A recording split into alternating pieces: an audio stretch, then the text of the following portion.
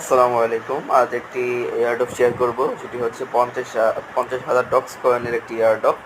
এখানে যারা পার্টিসিপেট করবে তাদের সবাইকে এখানে ডিভাইডেড করে দেওয়া হবে। আর এইখানে এয়ারড্রপটি কমপ্লিট করতে হলে আমি যেভাবে বলবো এভাবে করতে হবে।